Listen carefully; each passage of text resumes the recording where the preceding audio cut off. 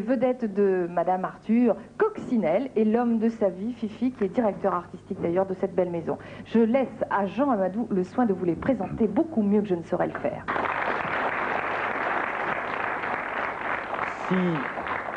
Si tant est que le bonheur soit une quête perpétuelle, vous avez, madame, conquis le vôtre à force d'une volonté tenace. Et si les critiques vous ont parfois comparé sur scène à Marilyn, c'était quand même oublier que la féminité de Marilyn lui était acquise.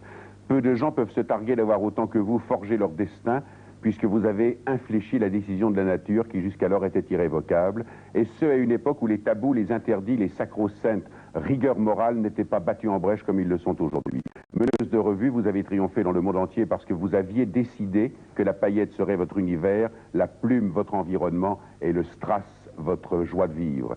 Vous êtes la preuve qu'on peut faire admettre à ceux qui exhibent de leur incompétence pour ne pas voir que le monde change, que les apparences priment la réalité et que ce qu'on ressent a plus de vigueur que ce qui existe. Bien entendu, à partir du moment où vous avez choisi votre existence, où vous l'aviez payée de vos angoisses et de votre lutte, vous n'alliez pas vous contenter de la vivre au rabais, tant qu'à être ce que vous aviez décidé, votre caractère, de l'être sous les projecteurs. C'était un pied de nez à ceux qui n'abordent jamais le sujet par hypocrisie, mais qui achètent leurs billets parce que la curiosité l'emporte sur les principes. Vous avez ouvert la porte à toutes celles qui vous ont suivi, et vous avez forcé la loi, qui en la matière est plus que rétrograde, à donner au problème une assise juridique. Le vieux droit qui nous régit depuis Napoléon a du mal parfois à secouer sa poussière, et ses pages sont plus difficiles à entrouvrir que les portes de l'Olympia. Vous revenez sur la scène où vous avez débuté à Paris, et nous avons profité d'ailleurs de cette circonstance pour vous kidnapper pendant 3 jours avec celui qui partage votre existence et vous faire raconter ce que peut-être, je dis bien peut-être, vous n'avez jamais dit. Rassurez-vous, les 12 millions de téléspectateurs qui nous regardent sont des amis, et je sais par expérience qu'ils savent garder les secrets que l'on confie.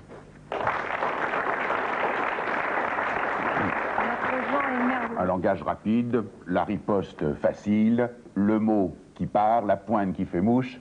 Et à une dame qui un jour vous avait aussi stupidement, me semble-t-il en tout cas, que méchamment agressée en vous disant que vous étiez un peu forte, vous l'avez renvoyée à ses chères études d'une manière sans équivoque et extrêmement rapide. Qu'est-ce que vous lui avez dit? Bon, vous, c'était pas très gentil. Je lui ai dit, je peux maigrir, moi, mais votre gueule, on ne peut pas la changer. Ça a dû... Oui, et là, elle a été comme ça, elle a été habillée pour les guerres, elle est rentrée chez elle, voilà. Je crois qu'elle est partie chez Pitangui tout de suite, au Brésil.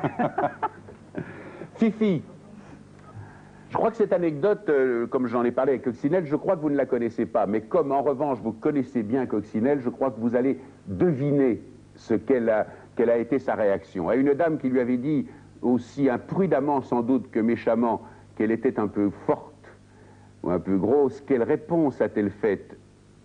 Je vais vous donner le début de la phrase, et vous allez me la compléter, j'en suis certain. Elle lui a répondu, si je suis grosse, je n'ai qu'à faire un régime pour que ça disparaisse. Tandis que vous...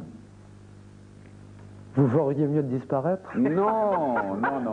Elle lui a dit beaucoup plus simplement, avec la tronche que vous avez. Ah oui, bah oui. Hélas, aucun chirurgien n'y pourra rien changer.